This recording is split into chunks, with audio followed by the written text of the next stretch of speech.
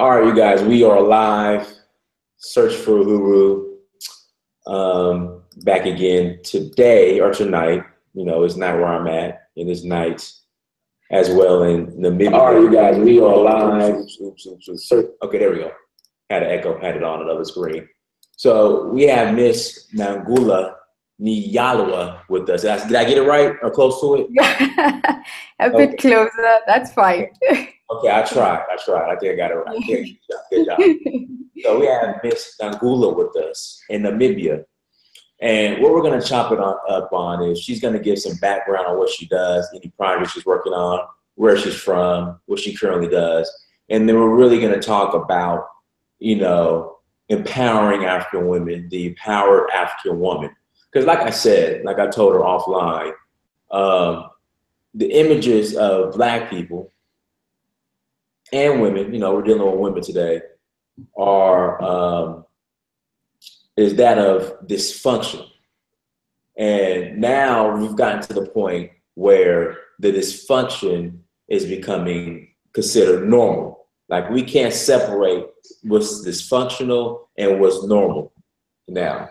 And it has even come to the point now where you call out the dysfunction, you know, me being a man, if I call it out, you know, I'm labeled with, you know, very liberal terms like you're misogynistic and all this other stuff. So my thing is I want to give African women a platform because I notice how when I travel to Africa, African women operate on a different code of conduct that's very different from what is being considered normal here in America.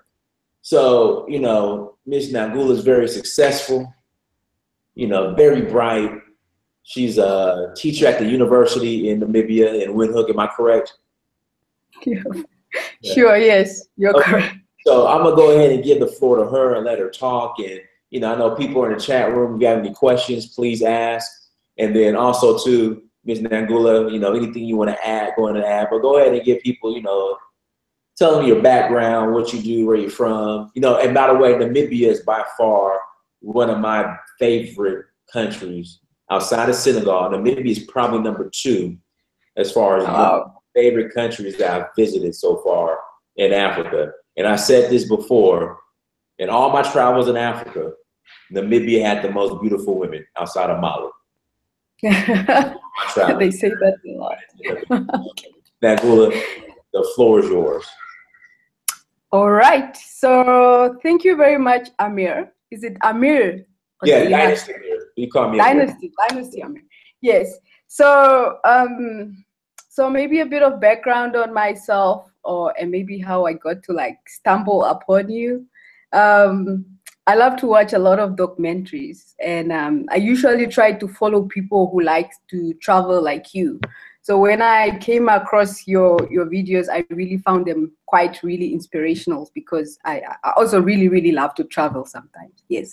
So in my spare time when I'm not teaching, I like to take off to different African countries, using mainly unconventional type of transport. So I would book a bus and just take off and go and see some African countries. So a bit of background on myself. I am Namibian, so I was born in the northern Namibia. So I am from the Oshiwambo people of Namibia, from a dialect of Oshikwanyama. So with the Owambo people, we are the majority in Namibia. So if you come to Namibia, in most cases, the likelihood of you running into a Owambo person is like maybe 2 in 5 people would be Owambo of the people that you meet when you first come. All right. So I grew up in the rural Namibia and in the northern part of the country. We are very much close to the Angolan borders. So I grew up there, went to school there all my life, from primary school to secondary school. Then I came to Windhoek for my university, where I did an undergraduate in demography and geography, basically. So that's about it. So anything else that you might want me to add on that? No, I mean just whatever you think is valid or whatever you want to add or want people to know. You know, that's fine. But we'll keep it going. What you say you like to travel? What countries in Africa have you been to so far? Because this is what I noticed when I travel to Africa. I noticed that a lot of Africans don't really travel outside of their country. Like, so I run into plenty of Africans that say, Dinus, you coming from America, you've been to more countries than me. Yeah. And I'm like, how? You know, so, but I noticed a lot of that coming to Africa. Like my friends in Kenya, you know, I have a lot of people in Kenya I know that have never left Kenya. And I'm like, you never been to Tanzania or you never been to Zanzibar? So, so yeah, so what all African countries have you been to? Yeah, so basically I've been to all the immediate Southern African countries. So the first time I've been out of Namibia, I went to Victoria Falls. I drove all the way up to Botswana and then through Kasane up to Victoria Falls. And then I went back again to go through Livingstone, which is Zambia, yeah. And then later on, I took like a bus all the way from here through Zambia, Zimbabwe to Tanzania to go to Zanzibar. I've been hearing a lot of nice things about Zanzibar. So I took a long trip, which took me around maybe 5 days to get to Dar es Salaam and then to Zanzibar. Yeah. Then the next time, because I went to study for 2 years in Australia and I made quite a few friends there. So one of my friends was getting married in Kenya. So she invited me to her wedding because I was one of her bridesmaids. So I went to Kenya. And then when I got up there, I really liked Kenya. So I made it a point to return. So I went to spend like about a month in Kenya. And I used the opportunity to take a bus to Uganda and Rwanda via bus back to Kenya. And then I flew back to Namibia. So the last December again, before that, me and a colleague, we took like a long weekend to Mozambique for a weekend when we had like Easter of 2015, I think, yes. So last year, I've been really wanting to get to West Africa because I've been hearing a lot of nice things about West Africa. So I got up to Ghana, and then from Ghana, I took a bus through Togo to Benin, through Burkina Faso up to Mali. Yeah. So that was one of my really most outstanding trips to African countries, yes, so far. So you are right to say many Africans don't really travel out of their countries. Like I get a lot of people who think I'm quite crazy and I waste a lot of money by traveling. Really? Starting with my family, for example. And I do quite as well understand it because given that we don't have the advantage of the currency, for example. Like, for example, for you, maybe if you live in America or you're from Europe, you have the advantage of converting your money to become something much more than an African traveling to other African countries. It tends to be a bit much more expensive. And people also just assume that it's expensive, even though it's not as expensive. Right.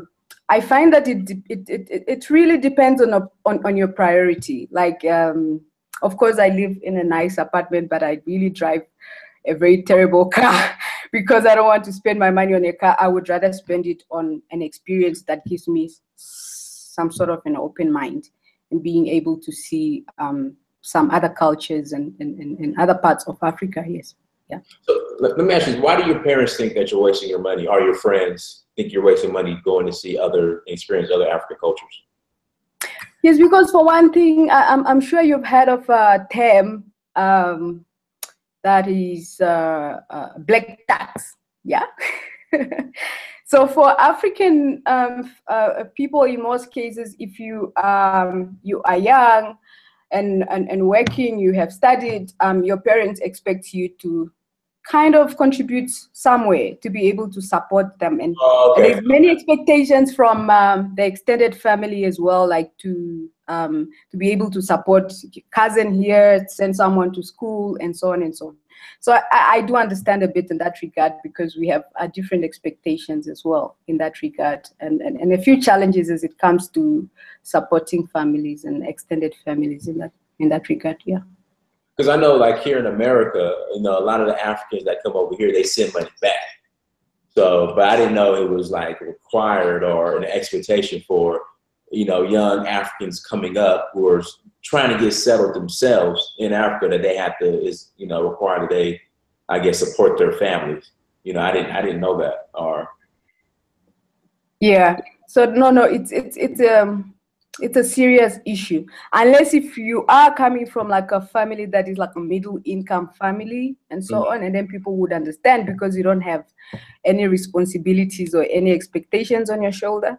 But if you are probably like a breadwinner in your family, like let's say when I first started working, I was the first one to like go to university, except for my aunt who married elsewhere, and so she basically has her own family. So if you are an upcoming young person who's from, like, let's say in I don't know if I should say like a poor family, where you're not coming from maybe educated parents and stuff like that, there's a lot that is expected of you, and a bit of pressure on your shoulder. Yeah. when you travel, did you travel alone, or did you have people with you? I usually travel alone, and that's why people think I'm quite not like crazy in that regard. Now, Yeah. usually when you speak, especially here in America, in fact, this is what I noticed. I noticed that Black women in America, they feel more comfortable traveling alone to Africa than other places, and then you travel alone as well. So is it safe to say that it's okay? But sometimes you have some Black women that are like, I don't know if I want to travel by myself. But I told them, like, you being a woman, a Black woman, traveling alone to Africa, you'll be fine. Is it okay to, you know, co-sign on that, or do you agree with that?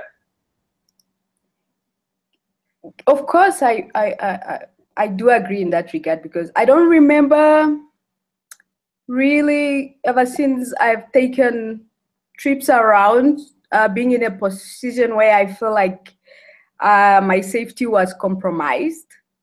But it's probably as well because whenever I go to a country, I always try by means to at least have like a contact or like a connection before I go, like that. So in most cases, then I would ask for the locals' insights on what is doable, what is not doable.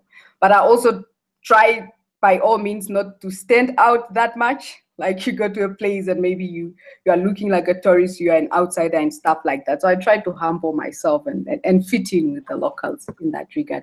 But so far, to all the places that I've been to, I don't really remember being in a compromised situation, or like my safety being compromised in a way. So I would say it's safe, as long as you know places maybe to hang out, what you shouldn't do, and stuff like that. Yeah. So currently in Windhoek, you're a professor at a university, correct? Yeah, I'm teaching at the university. Yes. What subjects do you teach currently? Yeah, so I did geography in my undergraduate, and my postgraduate I ventured into geographic information science. So I teach geographic information systems, which comprises of remote sensing and cartography, so to say. Yeah. Now, you being a woman in the corporate workplace in Africa, how is it like? I mean, as far as the pay scale, let's start off with that. Okay, so Black women in America are the most educated but underpaid demographic in America. Like more educated than anybody, white, whatever, more educated than anybody, but at the same time, the most underpaid. Is that similar in Africa, do you think? I think so, because I think the trend is that you tend to find that women tend to get downplayed a bit, you know. And as far as gender or sex is concerned, it looks like men always end up being favored, for example. So you find that even in Africa, so in most cases, the surveys that I have read, you would find that there's a trend that women are paid less than their male counterparts, even if they have to do like more or less the same job or they have the same qualification. So I think that trend it's a world wide trend that exists almost everywhere. Yeah, in that case. Is there anything in place or anything empowered women are working on to make sure that African women are equally paid for doing the same job as a man? Like, do you guys have any type of programs or anything in place to ensure that? Yeah, I'm sure you've been hearing a lot about women empowerment programs and policies for gender equality and stuff like that. So in Namibia, we haven't been spared as well by that. So there's been a lot of policies in place where people are pushing for women equality and in both in workplace and even in our political arena. For example, there has been talks of increasing the women representation and at the decision-making level, for example. There's been talks of like 50-50 representation in the parliament.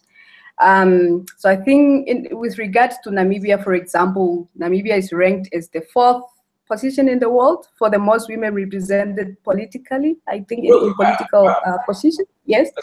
And I think in Africa, it's top 10. It's ranked top 10, which with advanced women in political decision-making structures. And I think we have 48 seats representation out of 104 in our National Assembly by last year, which totals to 46 percentage of female members of parliament in our National Assembly. Yes.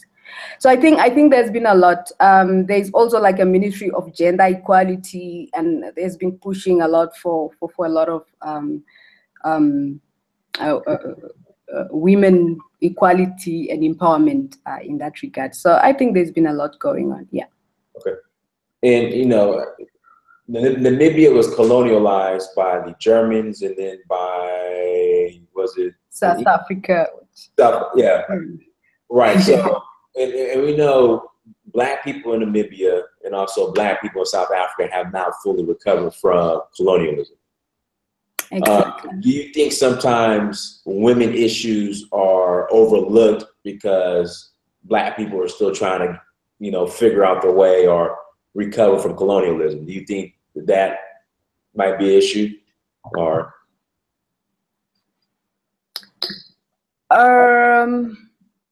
I think in that regard, with colonialism,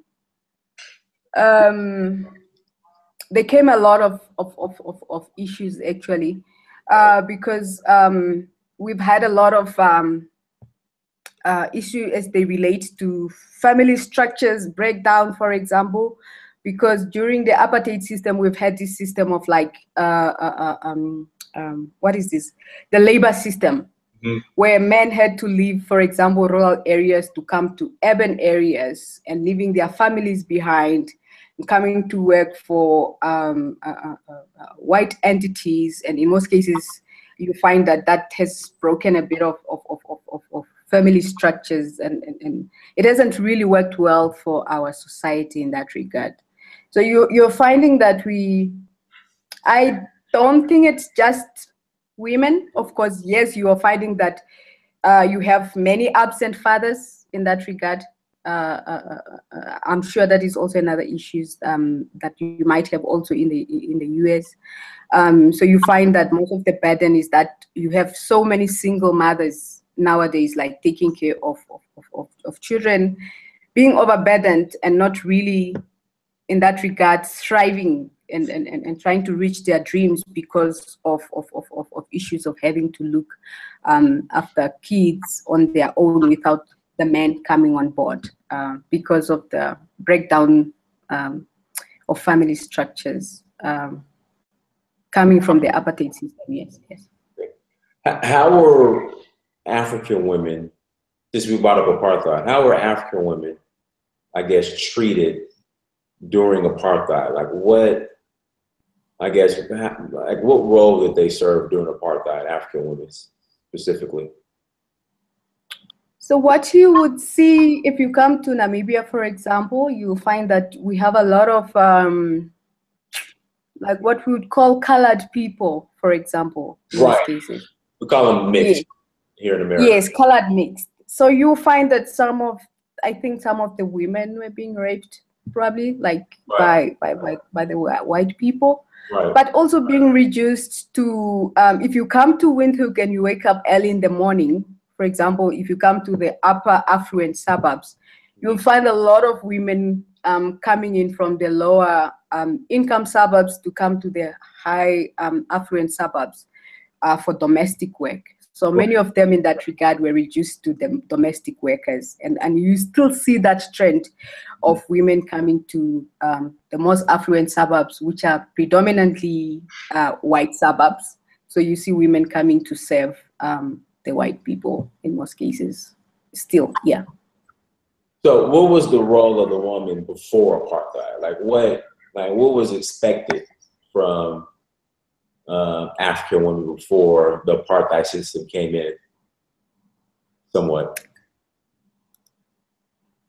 I think what was expected, it's a normal African woman expectations in any normal healthy society, like being a caretaker at home, taking care of the household, but together with the man, like that.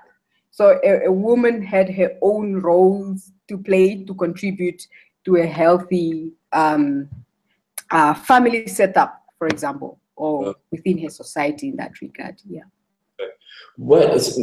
So you're a corporate African woman. Is that safe to say? Since you have a job at the university, you're corporate. Is that okay to say, or?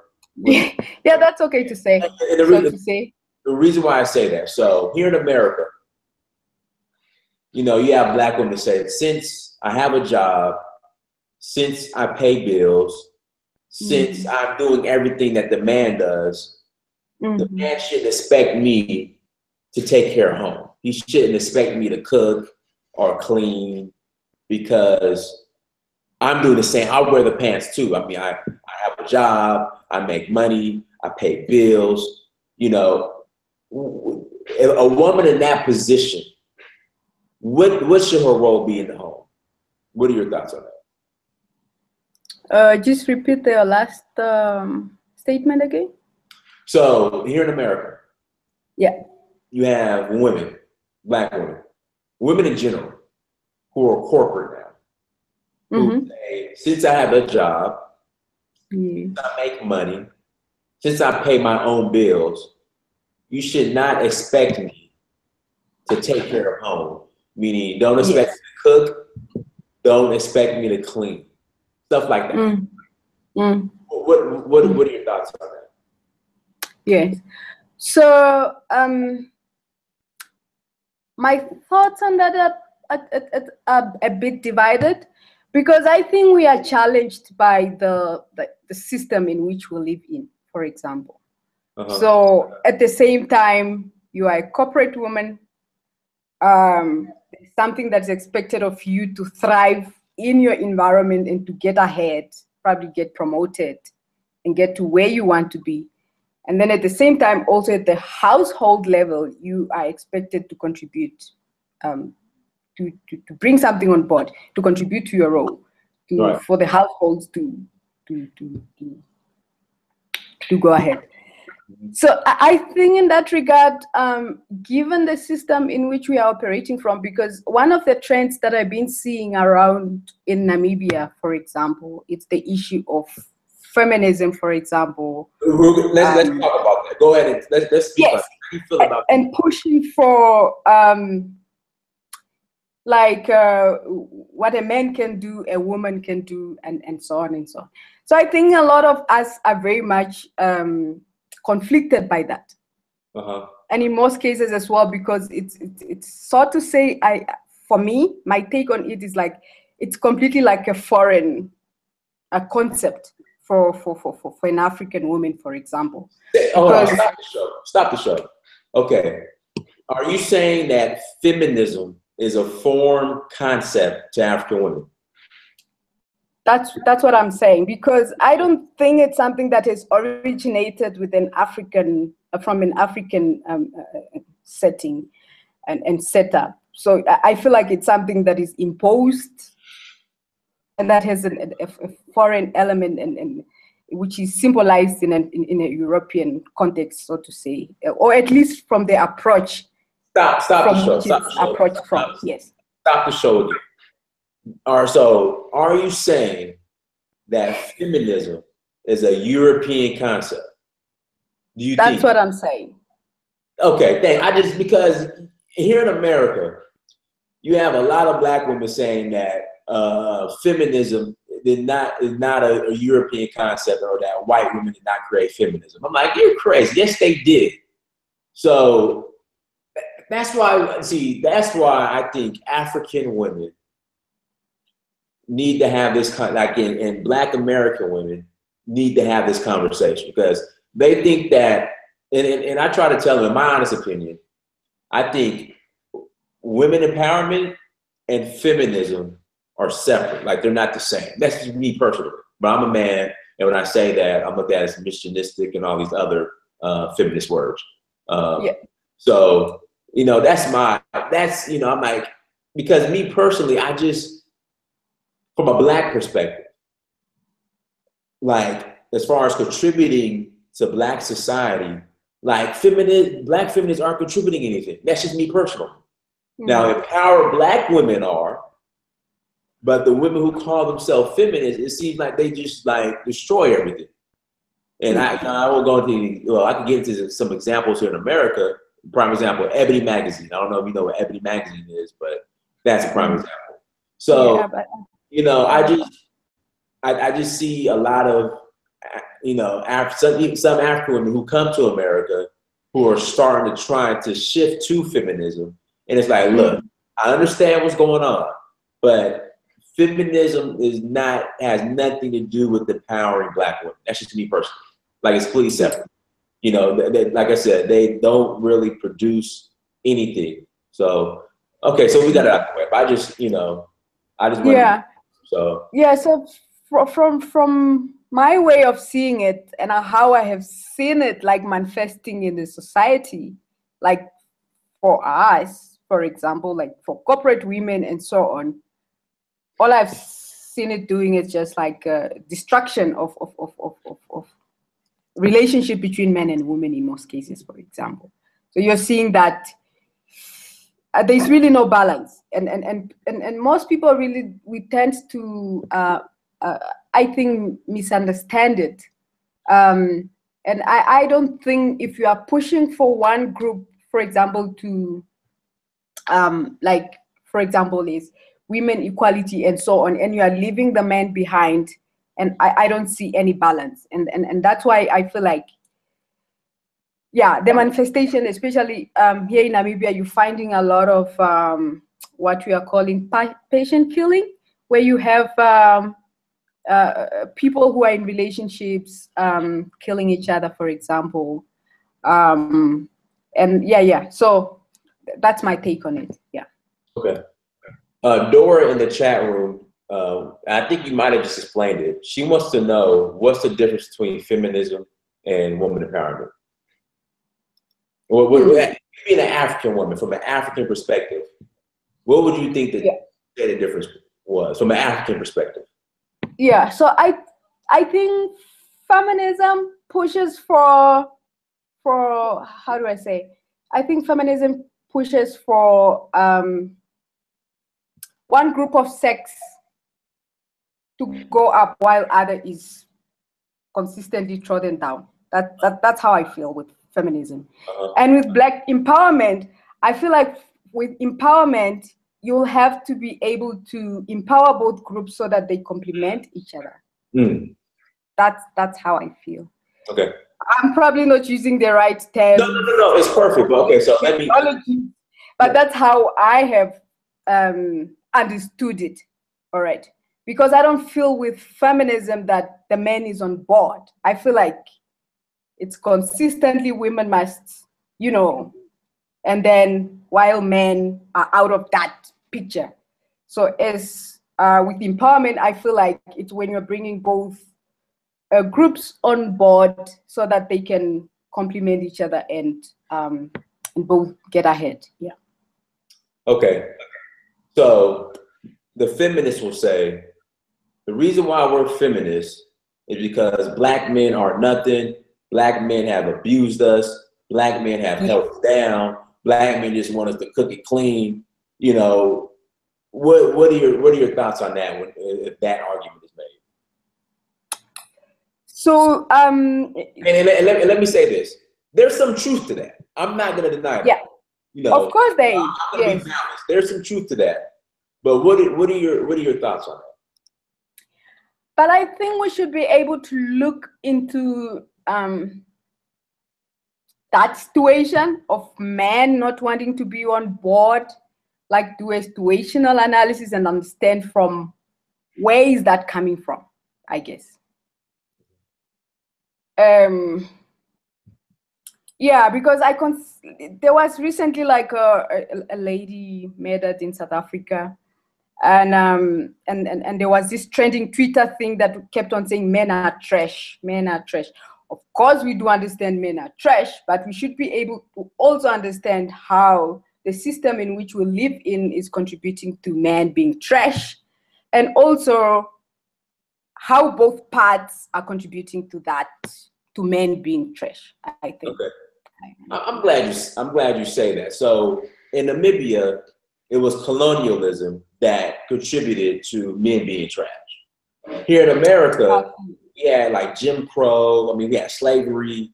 We had war on drugs. I mean, men are targeted by the legal system. Black men are disproportionately. We're being removed in high numbers. But when you bring that up, it goes completely over the feminist head.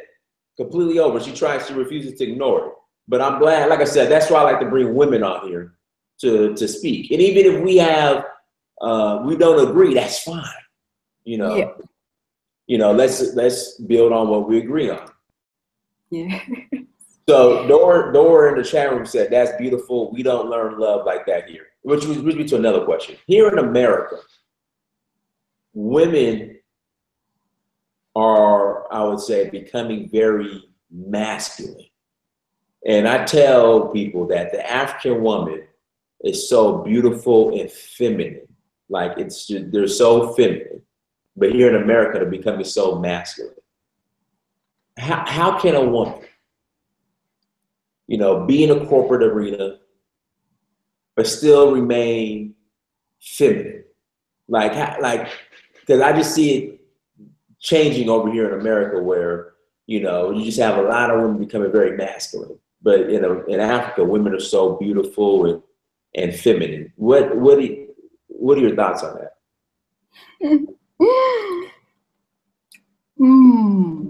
Okay. So I have two things regarding that. Because even here in Namibia, for example, you still find women who are coming out as masculine, for example. Because I feel like that is I don't know, like we're trying to put out like protective masks for the things that we are going through, maybe in the corporate world. And stuff like that. And what I consistently keep finding here in Namibia is that I think due to a lot of absent fathers, for example, or broken households, you find that many women are coming out as masculine and probably turning, I don't want to say that, but no, I understand. And also, I think given also the culture that we are consistently absorbing, like we're watching a lot of Europe, a TV, and you're seeing these portraits. So a lot of you find that in urban areas, for example, you're finding that many African women, for example, also here in Namibia, and I think in South Africa as well, are coming out as very masculine.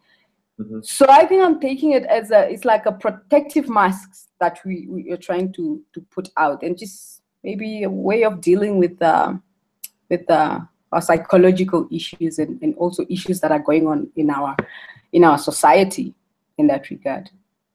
All right, and when you Because say, I feel like if you are a man, and the man in most cases has an advantage wherever you go, he has privilege, for example, maybe, and then you think if I put myself out like that, then I will succeed, get what I want. Yeah.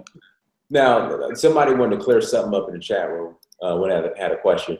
When you say women becoming masculine, do you mean in a lesbian type of way, or just like in a kind of way like they carry themselves, or just taking over, thinking they can handle the male roles?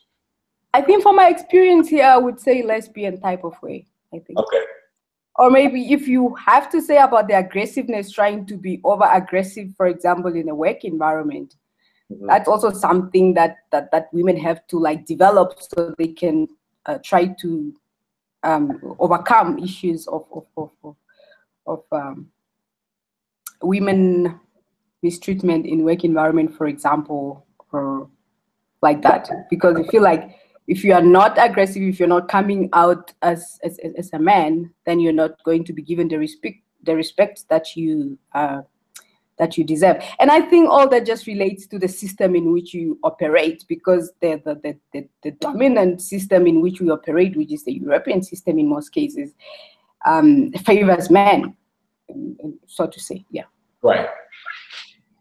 Let me. So, are you saying in Africa is single motherhood pretty prevalent? Excuse me? Hey, I'm sorry. In Namibia is Yeah. single motherhood pretty prevalent or relevant, or Yes, I would say so. I myself I was raised up by a single mother, and I see a lot of friends as well. People just saying my father is not around. And I'm seeing how it's still manifesting currently. I think the most healthiest family setup or structure for Namibia maybe ended with the era of my grandmother. My grandmother is standing 100 years now. So I think as soon as apartheid system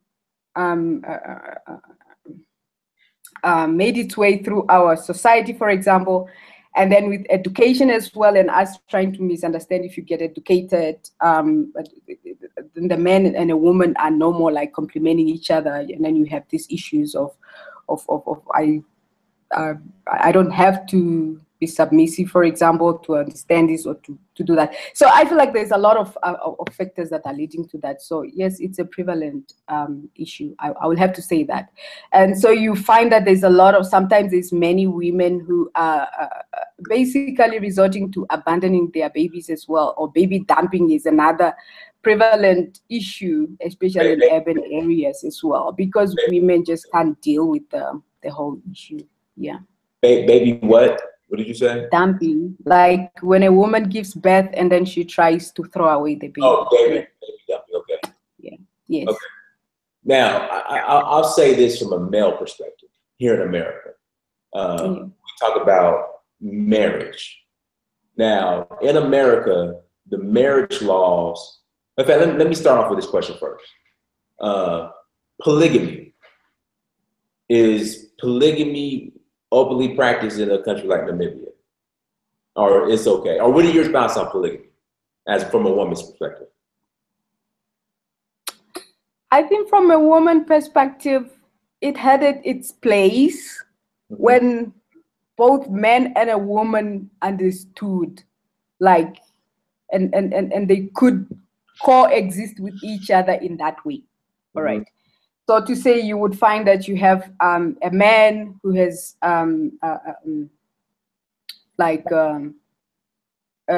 maybe a large tract of land, and he needed more more Help. more helping hands, for example. So in that case, then he needed more wives. But it had its place and it had its own structures in which it existed. Like, for example, the first wife had to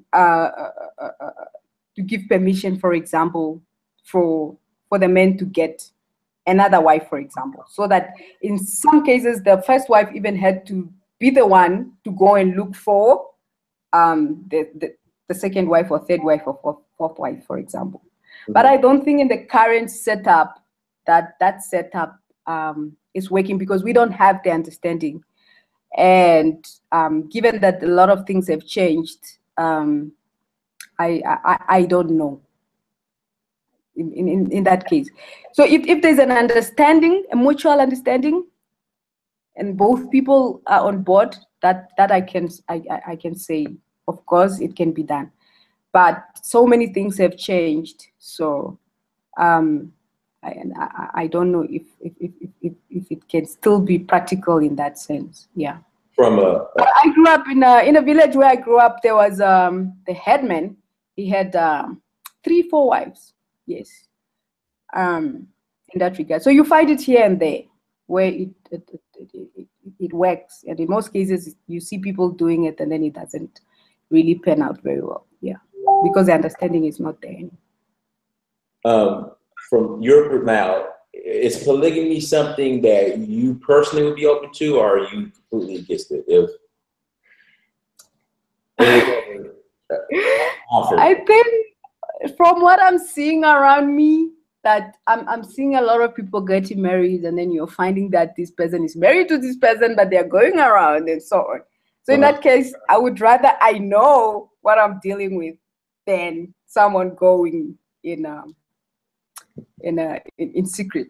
And if we do understand each other, and I'll probably I'll be on board for it.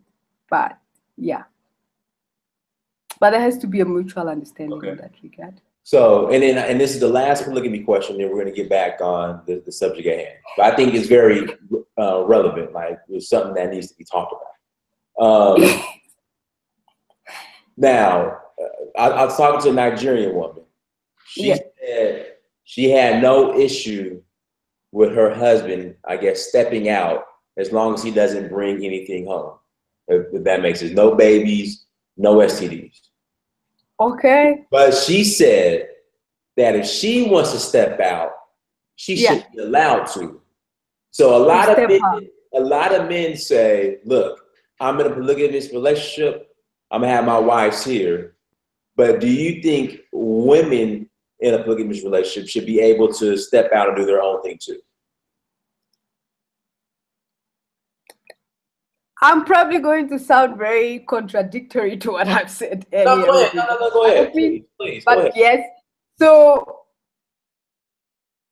I think an eye for an eye. So if you're going to let someone step out, they should be able to let you step out. Yeah. But given our African I think from the African values and in the way in which like a woman is basically really so in most cases you tend to find that women who step out, they are stigmatized or treated as outcasts in that regard.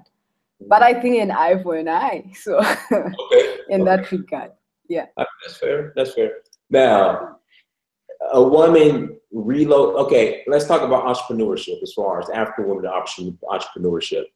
A woman, let's say a Black woman in the diaspora, she wants to relocate to Namibia. Mm-hmm.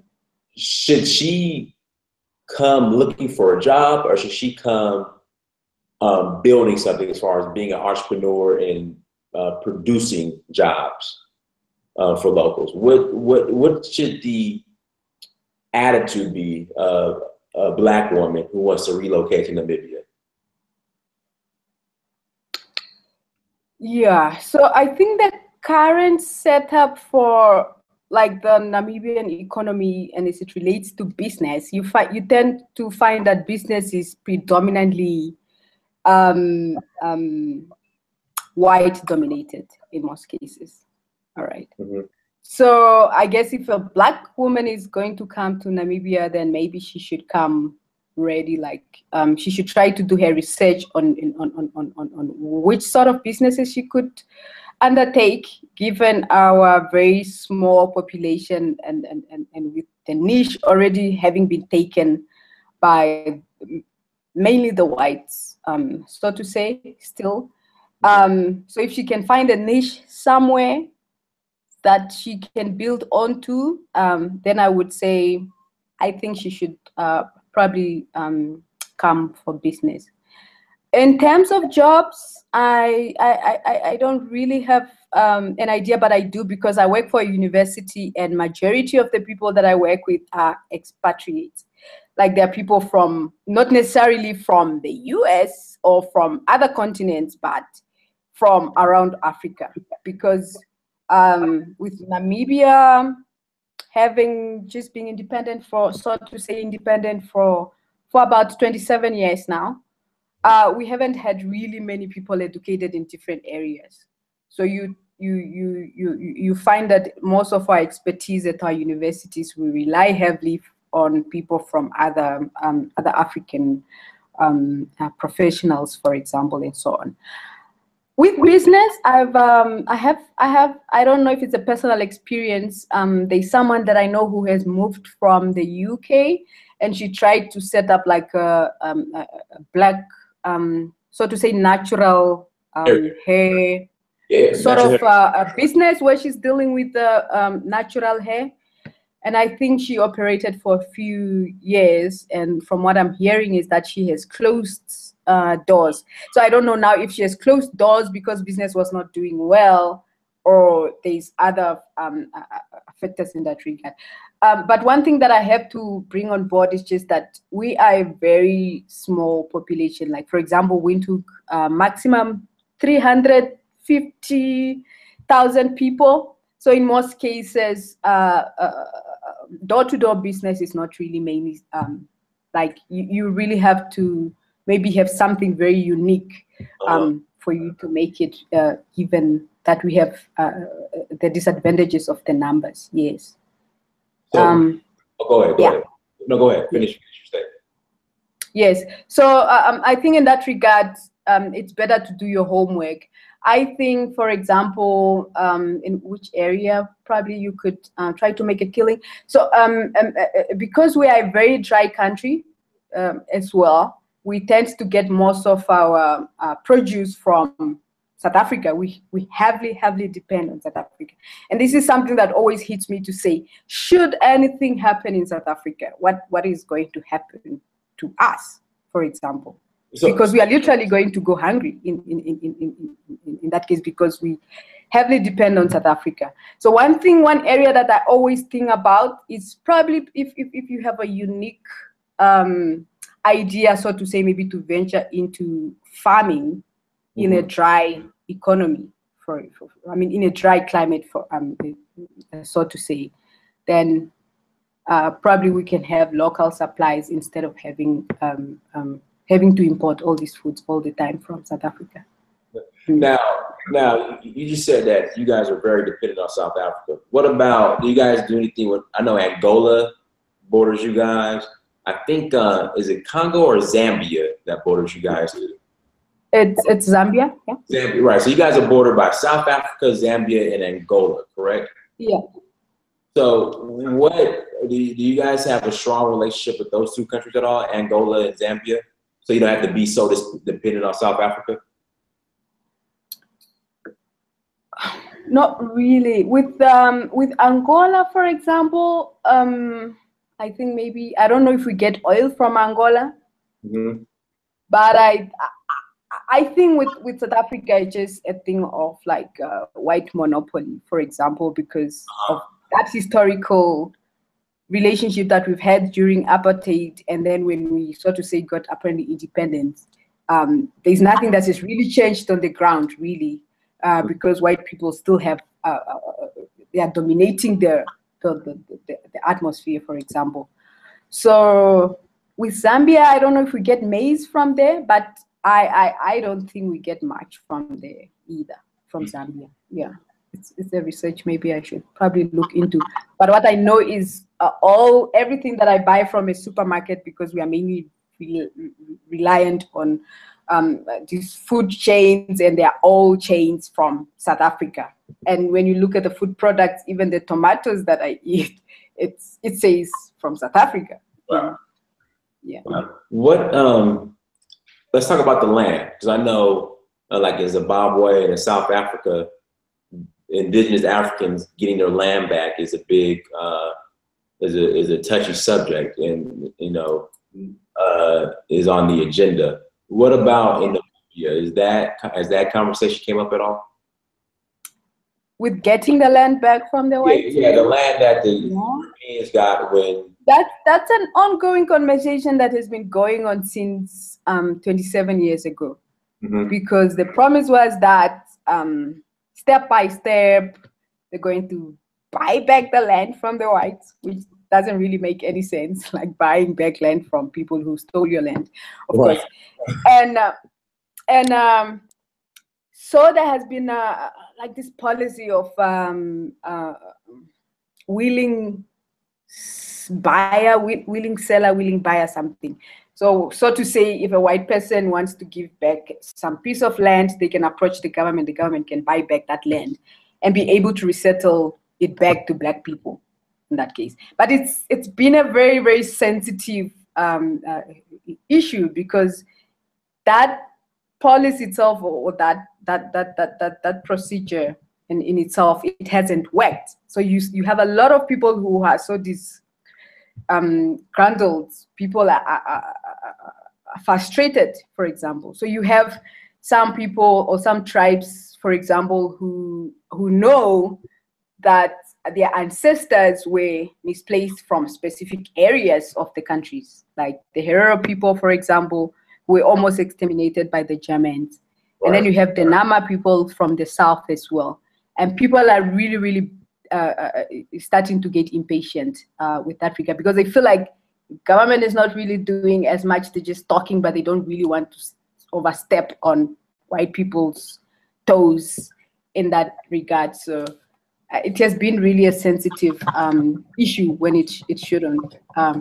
Because when you go around Namibia, like just recently I went out with students for, I took some students for field work. And what you consistently see is wherever you are driving from, as long as you step out of Windhoek, is fenced off land. And this land is not necessarily, maybe some of it is in the elites, like the politicians who have the money to, or who have the means and the connections to get the land. But majority of it is white people's land. It's in the hands of the white people. So I think we do have like a land conference that is coming up, and yeah, it will be very interesting to hear what happens with that land conference, where I guess there's going to be a strategy on the way forward, because people have been waiting for that for 27 years, I think. Let's see here. Your school that you currently teach at, what's the yearly tuition like? Or how much is it to go there, the yearly tuition for a student? The yearly tuition, I think it ranges from, this is how,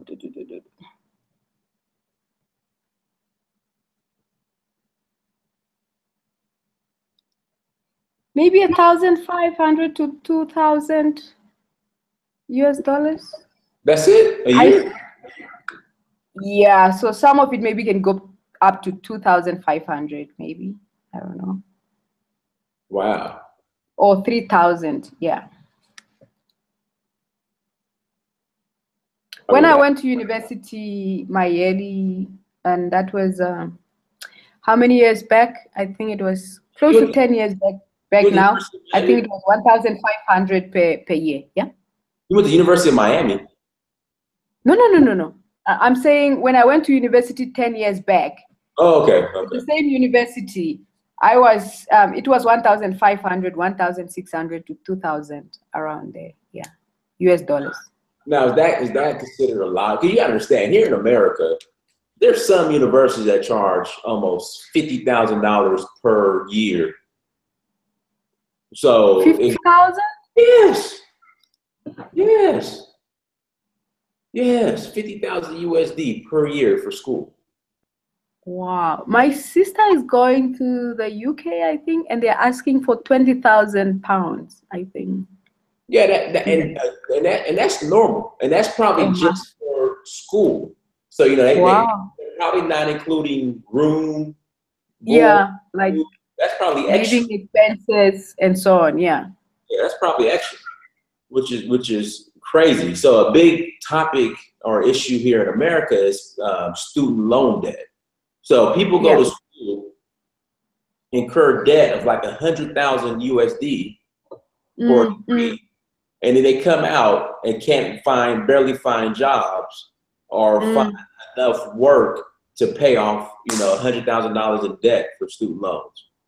So that's been a big subject here. I think that was a situation in South Africa recently as well.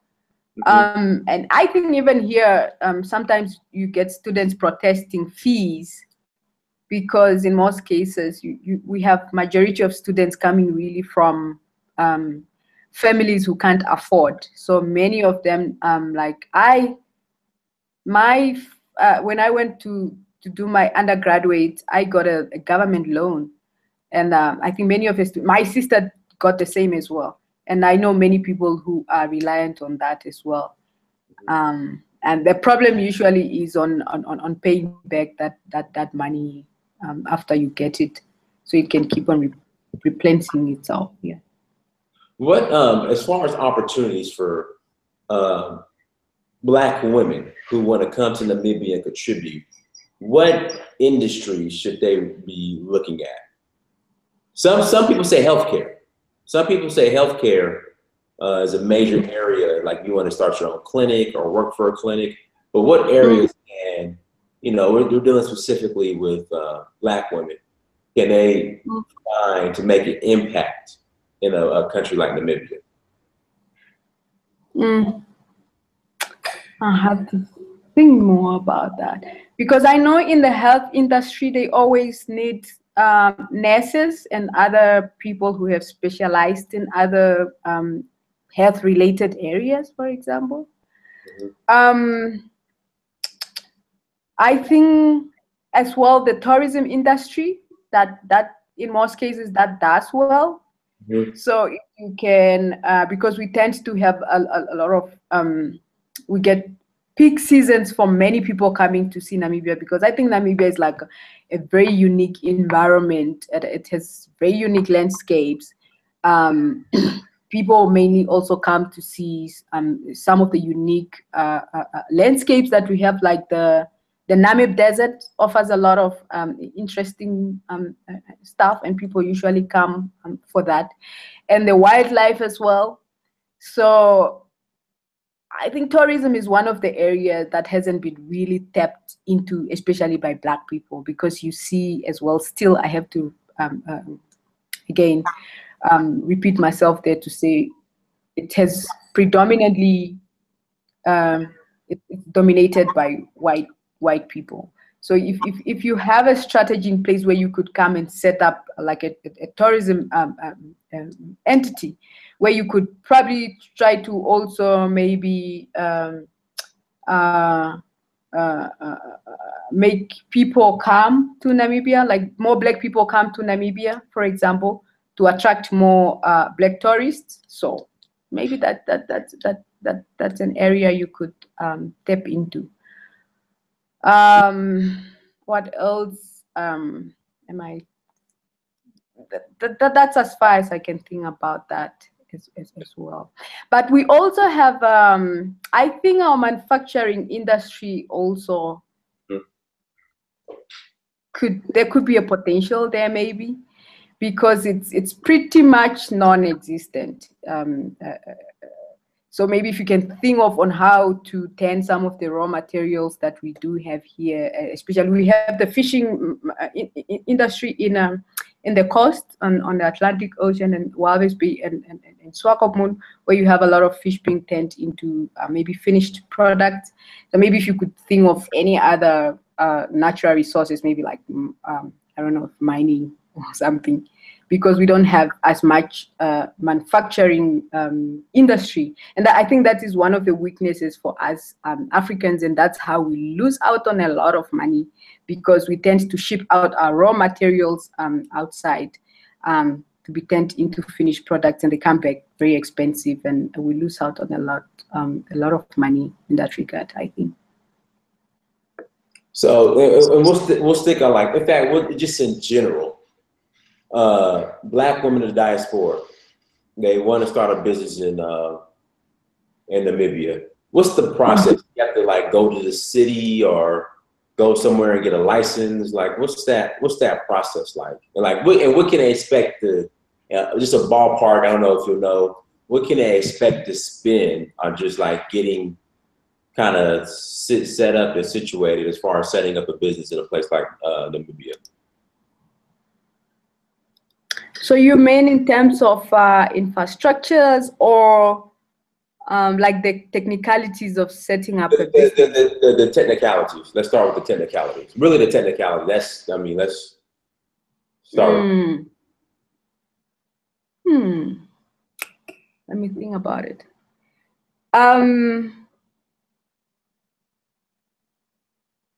So I think in that regard, you just have to follow the procedures that are in place, I think.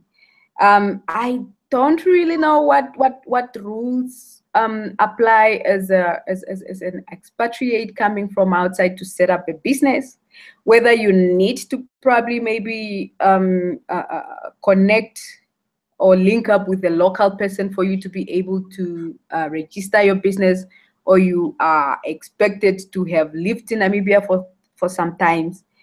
I have no idea with that regard. But what I know is that you will have to register your business with the Ministry of Trade and Industry, and it has to be approved. And then from that, then you can basically, if you can show that you have the money to, or the finances to set up, then I guess you can go ahead, I think. Yeah. Okay. What now? You have like concrete information. Now, are there any platforms, or, and you know what, you could probably start it out there that you know of, or like I said, maybe you could start it where Black women of the diaspora can connect with Black women in Africa, like, and just really sit down and bounce ideas and from what you guys might struggle with, what they might, we might struggle, or what they might struggle with, and really discuss strategies on empowering each other.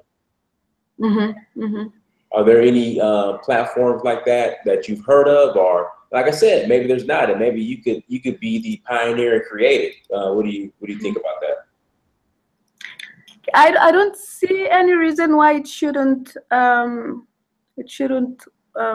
begin, or it shouldn't work. I have no idea of any platform in that regard. I know of, like I told you, I know of one lady who moved, she's Black, she moved from the UK, and now she has a platform here where she has like an annual natural hair event. And I think she has teamed up with a local Namibian who has more or less the same vision or same interest. And this event is now a thriving annual event in Windhoek, because she was able, I guess, to find people who are like-minded. So with regard to having the women from the diaspora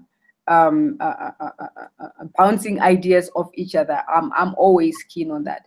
One of my main interests is like when I was recently in Ghana, for example, I tried to bring some, I have interest in natural products really, and also African products or handmade products. Okay. I tried bringing along some shea butter, which I tried to brand myself. That's your yes, brand? from Ghana, and I tried selling it at the local markets, for example. And I'm planning to get some other stuff from Kenya. Me and a friend, we might try to go to Kenya and buy a few things because we're planning to open up a shop where we can sell handmade African products. And when I was in Mali, for example, I've seen a lot of nice handmade products, jewelries, necklaces, statues, and so on. And I felt like this is something you can tap into to maybe bring products so that tourists, for example, it's a good market for our thriving tourist industry, for example, because I find that a lot of Namibians are not really handy people. Like what I've seen in other African countries is people are really going out of their way to create things with their hands and so on. So even in terms of creativity, if there's anyone who can, who is interested in that case to involve, you find some men sitting at the traffic lights trying to get jobs by random people who pass by, maybe to be a gardener. So you could try probably also to involve them in some projects like doing some handmade stuff, or even hydroponics farming and urban farming, given our food shortage, production or food sufficiency in Namibia, for example. Now the shea butter you had, is that your brand? Like, is that yours? That's my brand. That's my brand. Well, let's do this. I know it's late out there, and we can always do a part 2. Go ahead before we close out. Any closing remarks you want to make, but then also tell people where they can buy your shea butter. Like, tell people where they can buy your products from, how to get in contact with you. Somebody in the chat room said they love your earrings and your jewelry. Oh, really? Thank you. Yeah, somebody said they love your earrings and your jewelry. So go ahead and shout out. Did you make those earrings? Are those yours or? Someone made them for me. Okay. This I got from Kenya. Botswana. Last time I was in Botswana. Yeah. Okay. Yeah. So they love your style. So go ahead and shout. First of all, make any closing remarks on what we discussed today. Go ahead and do that, and then shout out your contact information where people could buy your products that you're getting from traveling, interacting in all these different African countries. Yeah, so I think you got me thinking about having other women from the diaspora platforms and stuff like that. So I'm always open for that. Sometimes I host people on my sofa because I know how it's like for people to travel when you travel. And it's always nice when you have like a local connection and stuff like that. So if you are Black from anywhere and you want to come to Namibia, you can link me up on Facebook. So my Facebook name is Nangula Nghiyalwa. So I guess you'll find it on I'm gonna put it in the chat room right now. Hold on. Yeah, sure. So you can find me on Facebook. My thing really is I'm working on a few projects that I want to kick off the ground. I'm trying to work on when I travel a lot, I try to gather all this information, like African history information, because I feel like as an African child really is not exposed to the real African history. So what I'm trying to do is come up with African children's books in African indigenous languages, because I'm seeing a lot of families sometimes, and you find that when you ask, can the child speak any vernacular, an indigenous language, the parents are happy to say no, they don't, they just speak English. So I feel like we need to have a lot of content in our indigenous languages and promote content in our indigenous language. So that's one of my interest really. With regard to my shea butter, it's really a small thing that I've just started, and it's still it's still growing. In fact, I've ran out of stock and I have to stock up from Ghana, and I've been thinking of how I should do it because I brought it along when I was in Ghana. So I go and sell at there's a monthly market here on in Windhoek, which is just like a platform to promote small startups, small businesses, and it's called Tufikeni Market. So I like the idea of seeing African women when I've been to other African countries, seeing African women sitting at the market selling their products. I really, really love that. So I try to do that with my shea butter. But in the near future, I'm planning to host like a website, and me and a friend, we're trying to open up a shop in the near future as well, probably after December, and so on. So just keep me posted on my Facebook, and I'll chat to you. There might be several ideas that really can work, and I'm open to anyone coming on board and discussing with me anything relating to coming to Namibia, traveling to Namibia, or interested in doing business in Namibia. Okay, cool. All right. All right, Nangula, I appreciate it. Thank you so much for coming on. I really do. I know it's late out there too. That's the thing about, usually I do these on the weekend to accommodate the people, my friends in Africa, because I know it's late as hell out there. I don't know what time you gotta get up in the morning. But yeah.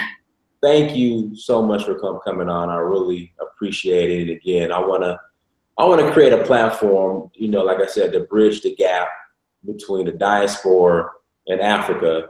And then also the diaspora as far as Black men and African men, Black women and African women. Yeah. I really want to bridge that gap. So I think it's important, especially as far as the future stage. So everybody, that's really great, because we are one. We should be one. Yeah. Exactly. We should be one. There we go. We should be. We are brothers and sisters. Yeah. We are. Thank you. Exactly. Yeah. So I'm trying to encourage more of the diaspora to actually travel to Africa. Also doing that too. So search for Uhuru on Instagram. Make sure you guys go to my Instagram page and follow me. Search for Uhuru. Like I said, I launched Africa Personified, so please do that. Make sure you're following me on. This is your first time watching. Make sure you're following me on social media: Facebook, Snapchat, Twitter. Search for Uhuru. Make sure you subscribe to my page. Make sure you go to dynasamir.com.